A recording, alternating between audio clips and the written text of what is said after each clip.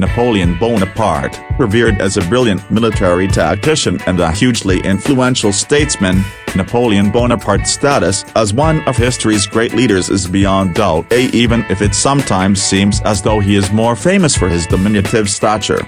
Perhaps surprisingly, given the zeal with which he went on to lead the French Empire, Napoleon more readily identified as a Corsican and, in his early career, fought fervently for Corsican independence.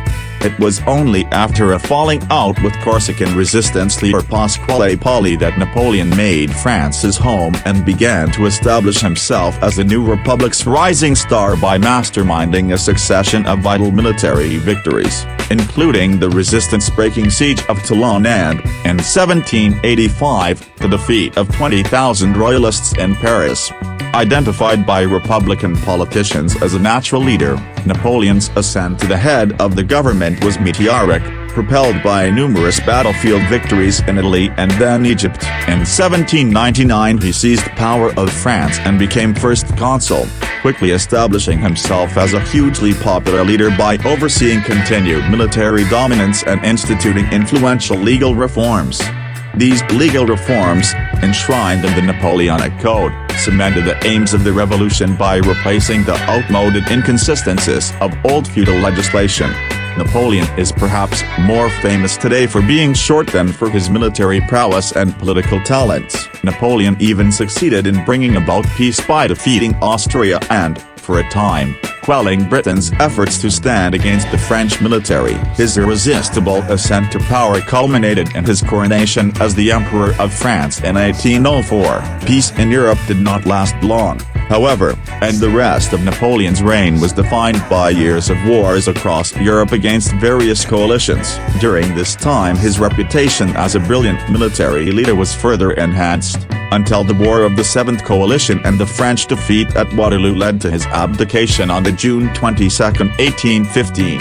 Napoleon saw out the rest of his days in exile on the remote island of St. Helena. Here are 10 facts you may not have known about the French Emperor. 1. Napoleon played a key role in the French Revolution. 1789–99, served as first consul of France. 1799–1804, and was the first emperor of France. 1804–1415. Today Napoleon is widely considered one of the greatest military generals in history. Considered a military genius, he controlled every detail of the battlefield, with an attack-based formula playing on the enemy's weaknesses. Even today, his methods are studied in military academies around the world. 2. His first wife, Josephine Bonaparte, narrowly avoided the guillotine. Napoleon's first wife nearly did not live to marry the French emperor. Josephine, Napoleon's first wife, was previously married to Alexandre de Beauharnais, with whom she had 3 children,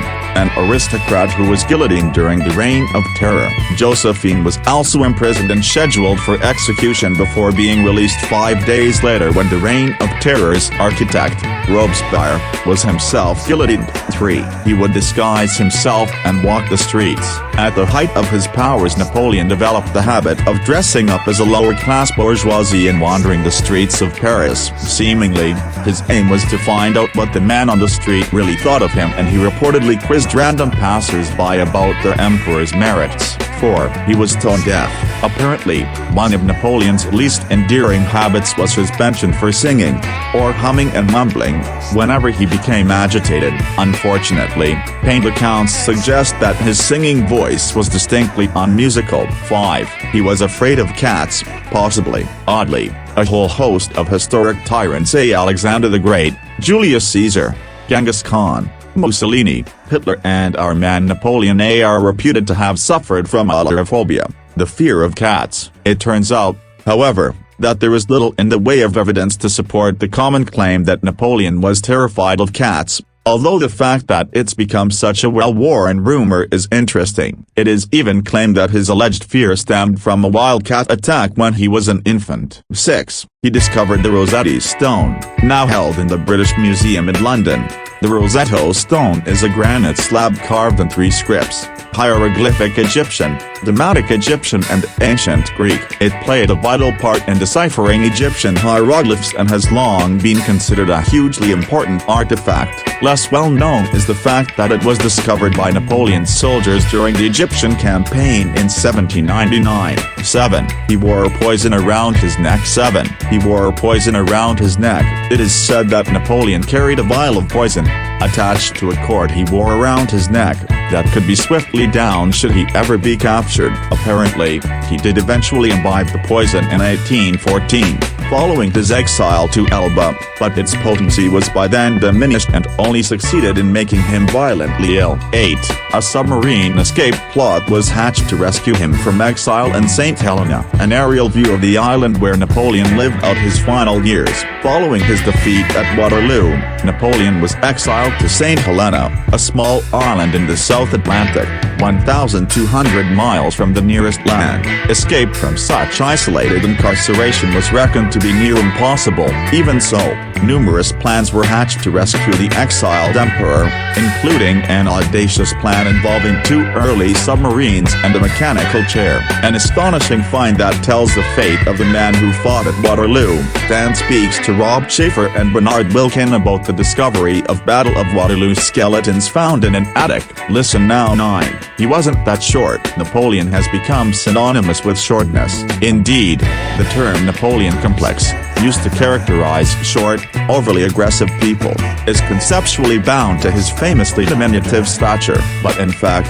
at the time of his death, Napoleon measured 5 feet 2 inches in French units, the equivalent of 5 feet 6.5 inches in modern measurement units, which was a distinctly average height at the time. 10. The cause of his death remains a mystery. Napoleon died, aged 51, on the island of St. Helena after a long, unpleasant illness. The cause of this illness has never been conclusively established, however, and his death remains a subject surrounded by conspiracy theories and speculation. The official cause of death was recorded as stomach cancer, but some claim foul play was involved.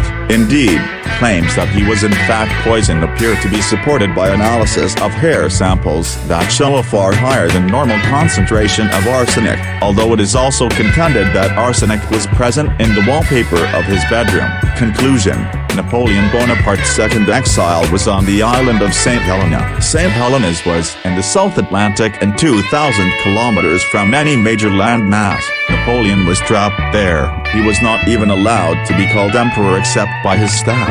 He was not allowed to receive packages unless they did not have the words emperor on them. The world's greatest military genius and conqueror of Europe died on May 5, 1821. Napoleon's last words for France: Armée tilde copyright T.A. tilde superscript A.T.D. apostrophe Armée tilde copyright Jos A. tilde copyright fine. This translates to France, Army, head of the army, Jos A. tilde copyright fine. These words will be forever scarred across the rugged face of the earth. And his current wife. His wife died later that day.